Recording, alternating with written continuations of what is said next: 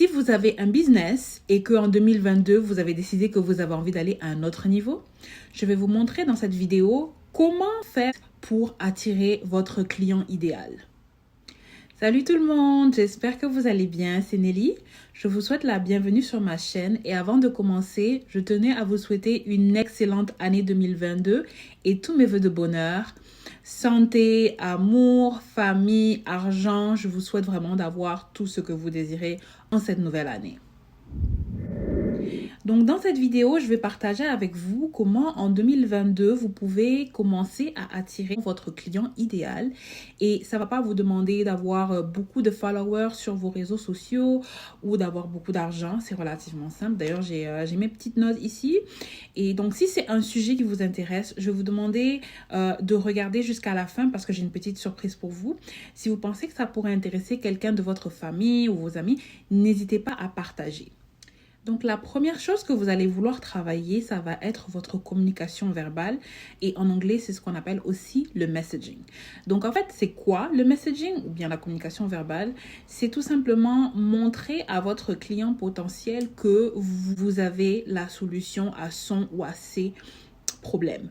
Et c'est important parce que ça évite de semer la confusion. C'est-à-dire que des fois, quand on atterrit sur une page d'un business quelconque sur les réseaux sociaux, un post, ils vont parler de quelque chose et puis à l'autre post, ils vont parler d'autre chose. Et ça, en fait, ça sème la confusion dans la tête de votre client idéal. Et votre communication verbale, votre message doit vraiment être clair et concis. Dès qu'on vient sur votre page, il faut qu'on sache de quoi il s'agit. Par exemple, j'aime bien donner des exemples. Une styliste, elle va dire dans son messaging qu'elle accompagne les clientes du point A au point B en faisant par exemple des essayages, en les accompagnant en magasin et que elle, sa particularité, c'est qu'elle aime travailler avec des designers qui utilisent une certaine sorte de matériel. Bon, j'invente un exemple comme ça, mais c'est ce qu'elle voudra dégager en fait par son message. Donc non seulement votre communication verbale, ça va être votre mantra, mais ça va aussi, comme je l'avais dit tout à l'heure, dire à votre client idéal que vous avez la solution à son problème, d'accord ? Donc ça, c'est le premier point qu'il va falloir travailler. La deuxième chose que vous allez vouloir travailler, ça va être votre communication visuelle ou votre image. En moyenne, on a besoin de 5 secondes, vraiment 5 secondes pour créer une impression. Donc, bien sûr, on veut créer une bonne impression, ok?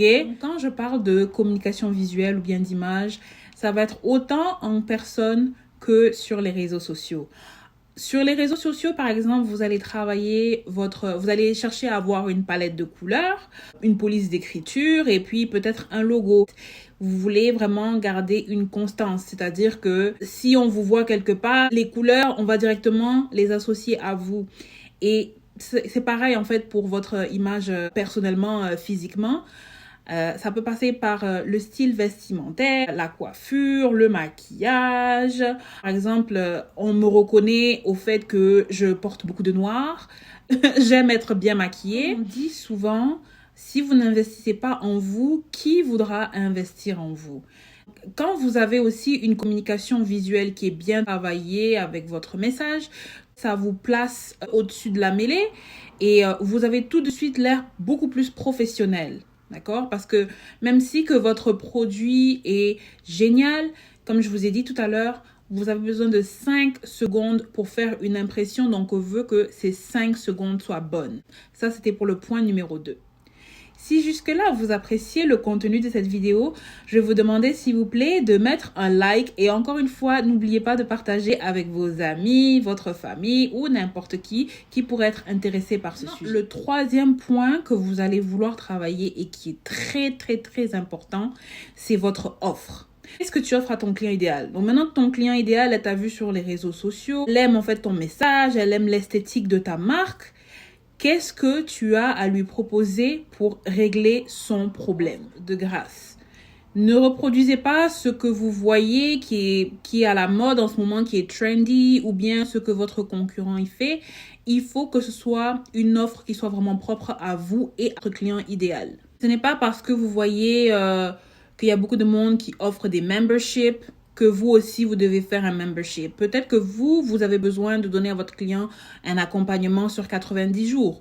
Peut-être que vous avez besoin de faire des sessions de 1 heure. Donc, dépendamment du produit que vous offrez et des besoins de votre client, vous allez déterminer en fait quelle est votre offre. Pour ceux qui n'ont pas d'offre, on va pas dans un magasin et puis il n'y a pas de produit. Vous allez ressortir, votre client idéal, il va ressortir. Peut-être que la devanture, elle est belle, leur merchandising, il est beau, mais vous rentrez dans le magasin et il n'y a pas de produit. Donc, on ressort. C'est exactement le même principe. Savoir aussi que même si votre potentiel client ne peut pas acheter le produit tout de suite, au moins, in the back of his head, il saura que vous avez une offre qui peut l'aider. Et il va y repenser, il va peut-être mettre ça de côté. C'est la même chose quand on va dans un magasin, on voit une robe qui nous plaît, on n'a peut-être pas les moyens de l'acheter maintenant, mais je sais que dans ce magasin, ils ont la robe que j'aime. Éventuellement, je vais revenir plus tard. Il faut que vous sachiez aussi que en moyenne, on a besoin d'être exposé 7 fois à un produit avant de l'acheter. Donc, c'est pas grave si votre potentiel client ne l'achète pas tout de suite, mais au moins il saura que vous avez une offre, vous avez un produit qui répond à son problème. Et la dernière partie, ça va être travailler son positionnement. Où est-ce qu'on vous trouve et où est-ce que vous trouvez votre client idéal? En réalité, il faut plus chercher à savoir où est-ce que votre client idéal se trouve. Parce que si votre client idéal, c'est une compagnie, vous allez peut-être pas aller sur TikTok. Vous allez certainement vouloir aller sur LinkedIn. D'accord? Et dans le positionnement, on veut être smart. Dans le sens où, si vous savez que votre cliente, c'est une future mariée, elle va peut-être se marier l'année prochaine, peut-être qu'en ce moment-là, elle est sur Instagram en train de regarder des pages bridal. Elle est peut-être dans des groupes Facebook aussi. Mettez-vous vraiment dans la peau de votre client idéal et demandez-vous qu'est-ce qu'il cherche, où est-ce qu'elle irait le chercher. Je vais juste récapituler ce qu'on a dit jusqu'à maintenant. En premier, on a parlé de communication visuelle, donc le message. Comment vous dites à votre client que vous avez la solution à son ou à ses problèmes. En deuxième, on a parlé de communication visuelle ou bien de l'image. Donc tout ça, c'est ce qui a trait au physique, à l'apparence extérieure de votre business. En troisième, on a parlé de votre offre. Donc, qu'est-ce que vous proposez à votre client? Comment est-ce que vous allez l'aider? Et en quatrième, où est-ce que vous trouvez votre client idéal et où est-ce qu'il ou elle peut vous trouver? En conclusion, j'ai vraiment envie de vous encourager à être vrai et authentique. C'est une méthode qui a l'air un peu peut-être rigide comme ça. Vos clients, ils ont besoin de voir votre personnalité. Ils ont besoin qu'ils puissent connecter en fait avec vous. C'est ça que vos clients vont avoir besoin. Et ma petite surprise, j'ai créé un workbook qui peut vous aider dans cette démarche. Donc, je vais le mettre à la barre de description. Si jamais vous avez des questions, n'hésitez pas à les mettre en commentaire. Vous pouvez aussi m'écrire par email. Je vais mettre le email aussi dans la barre de description. Et je vais aussi vous inviter à activer la cloche de notification. Comme ça, vous n'allez rater aucune des vidéos que je vais poster. Merci beaucoup d'avoir suivi cette vidéo jusqu'à maintenant. Et n'hésitez pas aussi à me dire en commentaire quelle est votre activité, qu'est-ce que vous faites. Merci beaucoup. À bientôt.